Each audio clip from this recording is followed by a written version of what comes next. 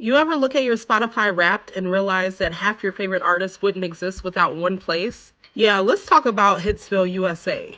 The little house in Detroit that literally changed music forever. Okay, so it's 1959, and Berry Gordy, a songwriter with big dreams, borrows $800 from his family's savings club.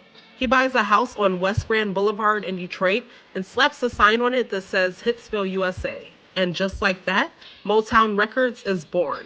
Now, when I say this man had a system, I mean he had a whole assembly line. Straight up Ford factory energy, but for music. He took local talent, trained them up, and sent them out polished and ready to take over the world. It was giving artist development before record labels started throwing people on TikTok and hoping for the best. And the lineup?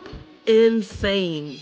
I'm talking Diana Ross and the Supremes, The Temptations, Marvin Gaye, Stevie Wonder, Smokey Robinson, the Jackson 5.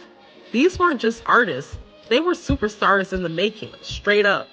And Motown wasn't just about making hits, it was about breaking barriers. This was the first black owned record label that had mainstream success. Before Motown, black artists were getting their music played on black stations for black audiences. But Berry Gordy said, nah, y'all gonna hear us everywhere. And he made that happen. Because Motown artists weren't just topping the R&B charts. They were topping the pop charts. I mean, white teenagers were bumping the four tops like they were the Beatles.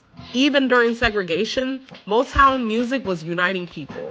And y'all, don't get me started on the Motown sound. It was polished, it was smooth, it was international. Gordy had a house band, the Funk Brothers, who played on almost every single hit. This was before producers were just looping beats in their bedrooms. I mean, these men were crafting magic. Fast forward to the 70s and Motown moves to LA because Berry Gordy wanted to get into film. Spoiler, it didn't hit the same. And while Motown never died, the golden era faded, but the impact, unmatched. Now, today, Hitsville, USA is a museum. And if you love music, especially black music history, you owe it to yourself to visit. Because that little blue and white house, it gave us the blueprint.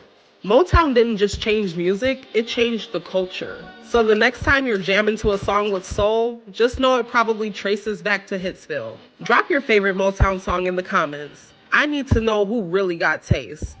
And don't forget to like, follow, and share for more Black History Unfiltered.